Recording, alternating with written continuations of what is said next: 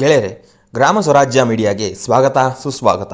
ನಾನು ಚಂದ್ರಶೇಖರ್ ಬಾಳೆ. ಈ ಸಂಚಿಕೆಯಲ್ಲಿ ಲಕ್ಷಾಂತರ ರೂಪಾಯಿಗಳ ಹೊರಗಿನ ಆದಾಯ ಹೊಂದಿರುವ ಜಪಾನಿ ರೈತರು ಹೇಗೆ ಜನರ ಕೊಳ್ಳುವ ಶಕ್ತಿಯನ್ನು ಹೆಚ್ಚಿಸುತ್ತಾರೆ ಎಂದು ತಿಳಿದುಕೊಳ್ಳೋಣ ಬನ್ನಿ. ಜಪಾನ್ ದೇಶದ ಜನತೆಯ ಕೊಳ್ಳುವ ಶಕ್ತಿಯನ್ನು ಸದೃಢಗೊಳಿಸುವ ಮುಖಾಂತರ ದೇಶದ ಅರ್ಥವ್ಯವಸ್ಥೆಯನ್ನು ಬಲಿಷ್ಠಗೊಳಿಸಲಾಗಿದೆ. ಅದನ್ನು ಅರ್ಥ ಮಾಡಿಕೊಳ್ಳಲು ಕೆಲವೊಂದು ಉದಾಹರಣೆಗಳ ಸಹಿತ ಚರ್ಚೆ ಮಾಡುವುದು ಒಳಿತು. ಜಪಾನ್ ದೇಶ ವಾಹನಗಳ ಉತ್ಪಾದನೆಯಲ್ಲಿ ವಿಶ್ವದಲ್ಲಿಯೇ ಅಗ್ರಗಣ್ಯ ರಾಷ್ಟ್ರವಾಗಿದೆ. ಜನರ ಬದುಕಿಗೆ, ದೇಶದ ಅರ್ಥವ್ಯವಸ್ಥೆಗೆ ಮೋಟಾರು ಉತ್ಪಾದನೆ ಮುಖ್ಯ ಪಾತ್ರ ವಹಿಸುತ್ತದೆ. ಉದಾಹರಣೆಗೆ, ಟೊಯೋಟಾ ಕಂಪನಿ ತನ್ನ ಕಾರು ಉತ್ಪಾದನಾ ಘಟಕವನ್ನು ಪ್ರಾರಂಭಿಸಲು ಸ್ಥಳವನ್ನು ಆಯ್ಕೆ ಮಾಡಿಕೊಳ್ಳುತ್ತದೆ. ಸರ್ಕಾರಕ್ಕೆ ಅರ್ಜಿ ಹಾಕಿಕೊಳ್ಳುತ್ತದೆ. ಸರ್ಕಾರ ಅರ್ಜಿಯನ್ನು ಸ್ವೀಕರಿಸಿದ ನಂತರ ಸ್ಥಳ ಪರೀಕ್ಷೆ ನಡೆಸುತ್ತದೆ. ಬೆಟ್ಟ, ಕಾಡು, ನದಿಗಳಿಗೆ ಹಾನಿಯಾಗದಂತೆ ಕ್ರಮ ವಹಿಸಿ ಮಂಜೂರಾತಿ ನೀಡುತ್ತದೆ. ಆ ಸ್ಥಳದಲ್ಲಿ ರಸ್ತೆಗಳು, ಕುಡಿಯುವ ನೀರು, ವಿದ್ಯುತ್, ಸೇತುವೆಗಳು, ಫ್ಲೈಓವರ್ಗಳು ಹಾಗೂ ಭೂ ಸುರಂಗಗಳ ಪರಿಸ್ಥಿತಿಯನ್ನು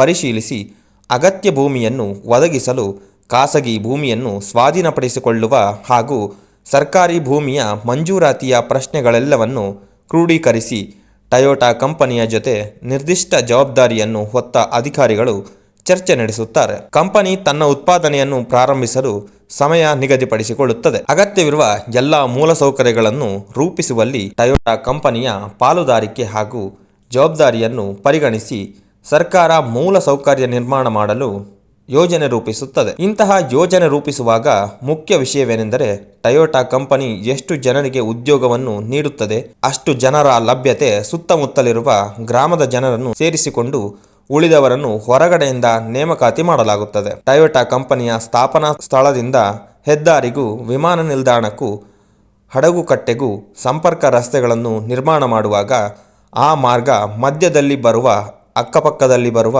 ಗ್ರಾಮಗಳಿಗೂ ಎಲ್ಲ ಮೂಲಸೌಕರ್ಯಗಳನ್ನು ಒದಗಿಸುವುದನ್ನು ಜೋಡಿಸಿಕೊಂಡೇ ನೀಲನಕಾಶೆ ತಯಾರಿಸಿ ನಿಗದಿಯಾದ ಸಮಯದೊಳಗೆ ಮೂಲಸೌಕರ್ಯಗಳನ್ನು ಕಲ್ಪಿಸಲಾಗುತ್ತದೆ. ಮೂಲಸೌಕರ್ಯಗಳನ್ನು ಕಲ್ಪಿಸುವಾಗ ಸಂಬಂಧಿಸಿದ ಎಲ್ಲ ಇಲಾಖೆಗಳು ಗುಂಪಾಗಿ ಒಂದು ಘಟಕವಾಗಿ ಕೆಲಸವನ್ನು ನಿರ್ವಹಿಸುತ್ತದೆ. ಸಂಸದರು, ಶಾಸಕರು, ಸ್ಥಳೀಯ ಚುನಾಯಿತ ಪ್ರತಿನಿಧಿಗಳು ಎಲ್ಲೂ ಮೂಗು ತೂರಿಸುವುದಿಲ್ಲ. ಆಯಾ ಜನಪ್ರತಿನಿಧಿಗಳ ಸಭೆಗಳಲ್ಲಿ ಚರ್ಚೆ ನಡೆಸಿ ತೀರ್ಮಾನ ಮಾಡುತ್ತಾರೆ. ಅಧಿಕಾರಿ, ನೌಕರರು ಕೆಲಸ ನಿರ್ವಹಿಸುತ್ತಾರೆ. ಯಾವ ಹಂತದಲ್ಲಿ ಸೋರಿಕೆ ಹಾಗೂ ಭ್ರಷ್ಟಾಚಾರವಿಲ್ಲದ ಹಿನ್ನೆಲೆಯಲ್ಲಿ ಕಾಮಗಾರಿಗಳು ನಿಗದಿತ ಸಮಯಕ್ಕೆ ನಿಯಮಿತವಾಗಿ ಮುಗಿದು ಹೋಗುತ್ತವೆ. ಮೂಲ ಸೌಕರ್ಯಗಳು ಮುಗಿದ ನಂತರದಲ್ಲಿ ಉದ್ಯೋಗಿಗಳ ನೇಮಕಾತಿ ಪ್ರಕ್ರಿಯೆ ಪ್ರಾರಂಭವಾಗುತ್ತದೆ. 1000 ಜನರಿಗೆ ಉದ್ಯೋಗ ಪ್ರಾರಂಭದಲ್ಲಿ ನೀಡಲಾಗುತ್ತದೆ ಎಂದು ಇಟ್ಟುಕೊಳ್ಳೋಣ. ಪ್ರತಿ ಗಂಟೆಗೆ $9ನಂತೆ ದಿನಕ್ಕೆ 8 ತಾಸು, ವಾರದ 5 ದಿನಗಳಲ್ಲಿ 40 ಗಂಟೆ ಕೆಲಸ ಮಾಡುತ್ತಾರೆ. ಜಪಾನ್ ದೇಶದ ಕನಿಷ್ಠ ಕೂಲಿಯಂತೆ ಗಂಟೆಗೆ $9ನಂತೆ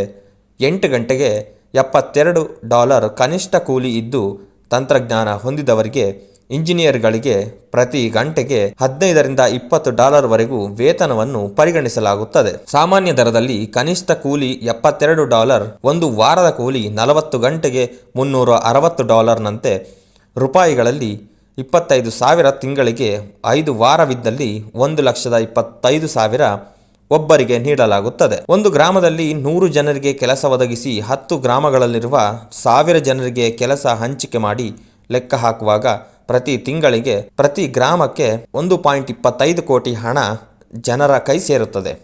ಆಗಲೇ ಅವರು ತಮಗೆ ಬೇಕಾದ ಆಹಾರ, ಧಾನ್ಯ, ಬಟ್ಟೆ, ಇತರೆ ಎಲ್ಲ ಅಗತ್ಯ ವಸ್ತುಗಳನ್ನು ಖರೀದಿಸಲು ಮುಂದಾಗುತ್ತಾರೆ. ಕಿರಾಣಿ ಅಂಗಡಿ, ಬಟ್ಟೆ ಅಂಗಡಿ, ಹೋಟೆಲ್ ಇನ್ನಿತರ ವ್ಯಾಪಾರದಲ್ಲಿ ಅಭಿವೃದ್ಧಿಯಾಗುತ್ತವೆ. ಶಾಪಿಂಗ್ ಮಾಲ್ ಇಲ್ಲದೇ ಇದ್ದಲ್ಲಿ ಹೊಸದಾಗಿ ಪ್ರಾರಂಭಗೊಳ್ಳುತ್ತದೆ.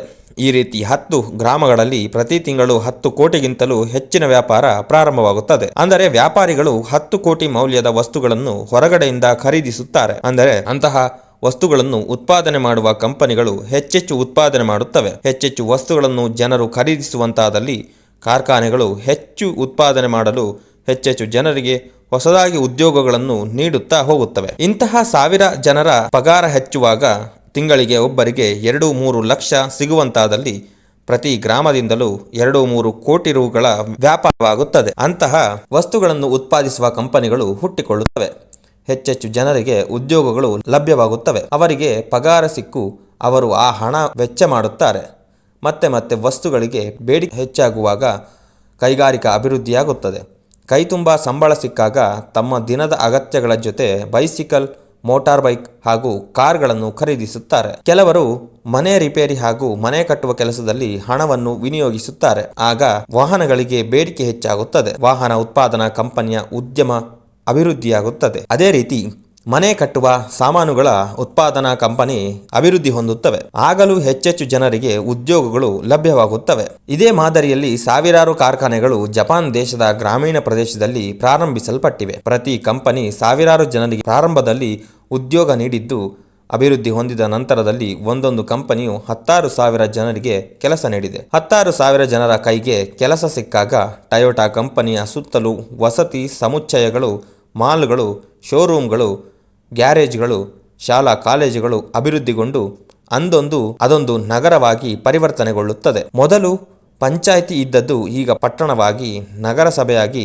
ಚುನಾಯಿತರ ನೇತೃತ್ವದಲ್ಲಿ ಅಭಿವೃದ್ಧಿಯನ್ನು ಕೈಗೊಳ್ಳಲಾಗುತ್ತದೆ. ಜಪಾನ್ ದೇಶ ಹಸಿರು ಬೆಟ್ಟಗಳ ಸಂಗಮವಾಗಿದ್ದು, ಹಸಿರು ಬೆಟ್ಟಗಳ ಮಧ್ಯೆ ಜನರು ವಾಸಿಸುತ್ತಿದ್ದು, ತಮ್ಮ ತುಂಡು ಭೂಮಿಗಳಲ್ಲಿ ಕೃಷಿಯನ್ನು ಮಾಡುತ್ತಾ ಬಂದವರೆಂದು ಕಾರ್ಖಾನೆಗಳ ಕಂಪನಿಗಳ ಸ್ಥಾಪನೆಗೆ ಭೂಮಿ ಬಿಟ್ಟುಕೊಟ್ಟವರ ಹೊರತಾಗಿ ಉಳಿದವರು ತುಂಡು ಭೂಮಿಯನ್ನು ಉಳಿಸಿಕೊಂಡಿದ್ದಾರೆ. ಆದರೆ ಯಾವೊಬ್ಬ ರೈತನು ಕೂಡ ಕೃಷಿ ಆದಾಯದ ಮೇಲೆ ಅವಲಂಬಿತವಾಗಿಲ್ಲ. ಅಂತಹ ಕೃಷಿ ಕುಟುಂಬದ ಒಬ್ಬರೋ ಇಬ್ಬರೋ ಸದಸ್ಯರಿಗೆ ಕಂಪನಿ ಕೆಲಸ ನೀಡಿ ಕೈತುಂಬ ಸಂಬಳ ಲಕ್ಷಗಳಲ್ಲಿ ನೀಡುತ್ತದೆ. 60-70 ವಯಸ್ಸಿಗಿಂತ ಹೆಚ್ಚಿನ ವಯೋಮಾನದ ಹಿರಿಯರು ಕೃಷಿ ಚಟುವಟಿಕೆಗಳಲ್ಲಿ ತೊಡಗಿಸಿಕೊಂಡಿದ್ದಾರೆ. ಅವರಿಗೆ ಮಕ್ಕಳ ಆದಾಯವಿದೆ. ಅದರೊಂದಿಗೆ ಅರಿಗೆ ವೃದ್ಧಾಪ್ಯ ವೇತನ ಇಲ್ಲವೇ ಪಿಂಚಣಿ ಸಿಗುತ್ತದೆ. ಕನಿಷ್ಠ 1 ಲಕ್ಷ ರೂಪಾಯಿ ಮಾಸಿಕ ಪಿಂಚಣಿ ಲಭ್ಯವಾಗುತ್ತಿದ್ದು, ಸಮೃದ್ಧಿ, ಆರೋಗ್ಯಕರ, ಸುಖಮಯ ಜೀವನವನ್ನು ಸಾಗಿಸುತ್ತಿದ್ದಾರೆ. ಕರ್ನಾಟಕ ಸರ್ಕಾರ ಈ ವಿಷಯದ ಕುರಿತು ಗಂಭೀರವಾಗಿ ಅಧ್ಯಯನ ಮಾಡಲು, ರೈತಪರ ಕಾಳಜಿ ವಹಿಸಲು ಮುಂದಾಗಬೇಕೆಂದು ಗ್ರಾಮ ಸ್ವರಾಜ್ಯ ಮೀಡಿಯಾದ ಮನವಿಯಾಗಿದೆ. ಧನ್ಯವಾದಗಳೊಂದಿಗೆ ಗ್ರಾಮ ಸ್ವರಾಜ್ ಮೀಡಿಯಾ.